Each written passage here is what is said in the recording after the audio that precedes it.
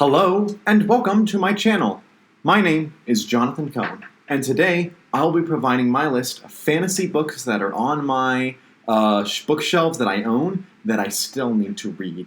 This list is about 20-ish books long. I have a few books that are fantasy books that I'm currently reading or will be reading in the next month, so those aren't on the list. But this is my books that I do not have an immediate set goal date for, but I do want to read them and more books in their respective series when I have the opportunity. So why don't I begin talking about the only Dresden book that I own that I still haven't read is Death Masks. I need to go out and buy more of them, but I'm going to read this one eventually.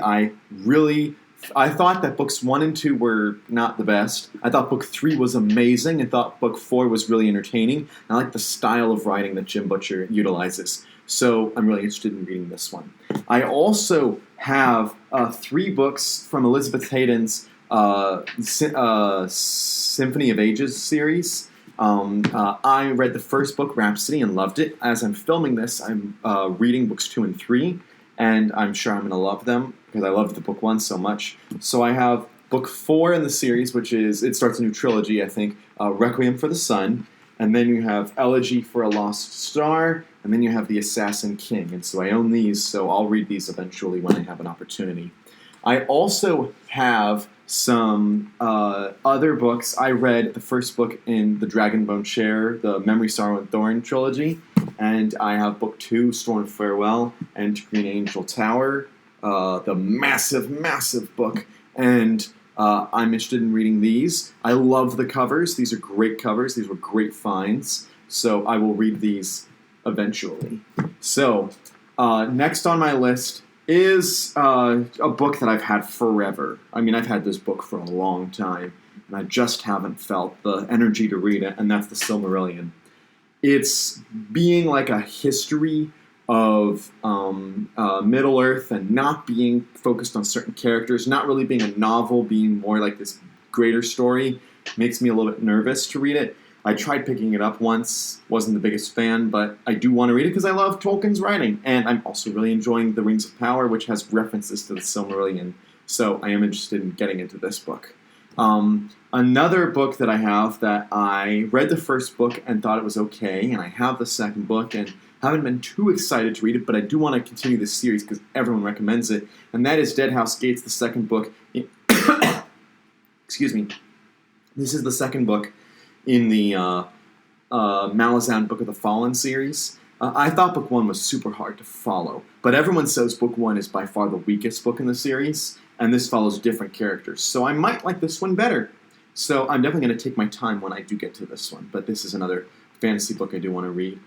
Next is I have a bunch of books by Michael A. Stackpole. I loved his Star Wars novels, and I loved his novel Talion Revenant, which was just a fantastic standalone fantasy. And I like the way, not only does he write books, but I also like the way that he talks about writing books. He has more knowledge about writing than most people will forget about.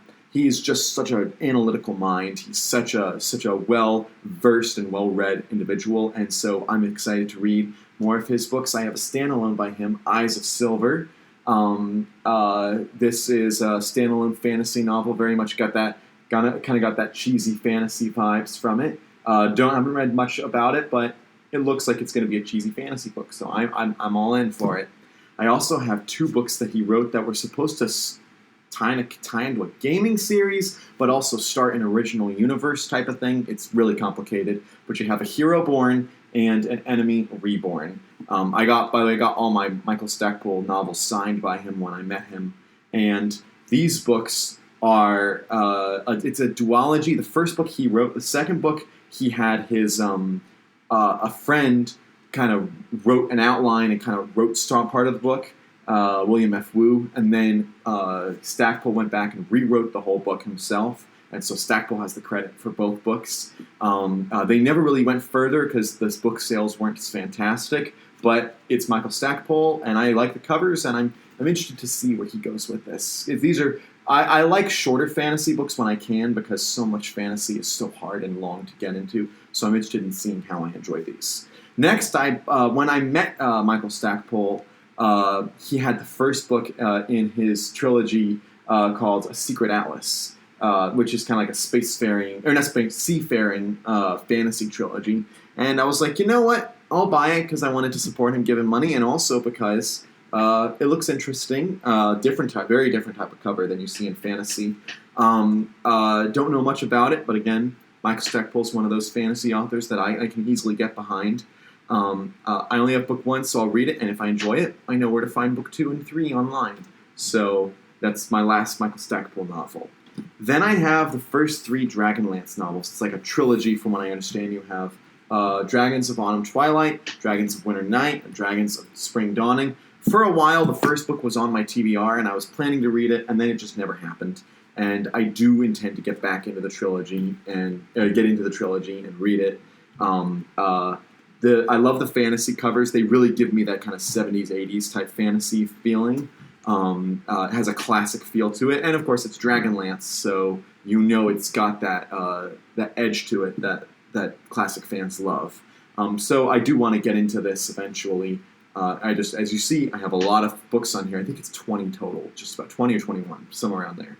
And that's not even including all the books I want to buy and read. So there's so much to read out there. Next is the second book in the Assassin's Apprentice series, the Farseer trilogy. I read book 1, thought it was pretty good. It wasn't amazing, but it was pretty good. And now I have book 2, Royal Assassin. Book 2 is significantly longer than book 1, so I'm a little bit nervous about that. But I enjoyed book 1, so we'll see if I enjoy book 2. He seems to be a lot more grown up in this one. We'll see how tall that tower gets. My next book is a Brandon Sanderson short story and novella collection called Arcanum Unbounded, the Cosmere Collection. I've loved every single Brandon Sanderson book that I've read. I have a novella that I'm reading right now.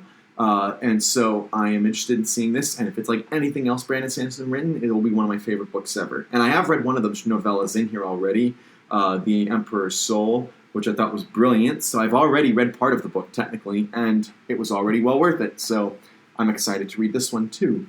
And then I have 3 more books. I have from the Saga of Recluse by Ellie Modesitt Jr., I have The Towers of Sunset, Book 2.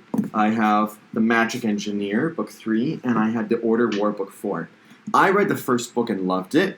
And I loved the way that it just had, the classic feeling, but also it brought in values into fantasy again. So many fantasy books recently have abandoned values. That's why I like 90s fantasy, because 90s and 80s fantasy had good values. And so these books, the first one had it, and these books all are like set in different time periods. So they're all in this universe, but they're in different time periods. So I'm interested in seeing if I enjoy them or if I don't. But the great thing about them is if I read one and don't enjoy it, there's the potential I'll like the next one, because it's not like a series of characters. If I don't like characters in one, I'll just go to another one.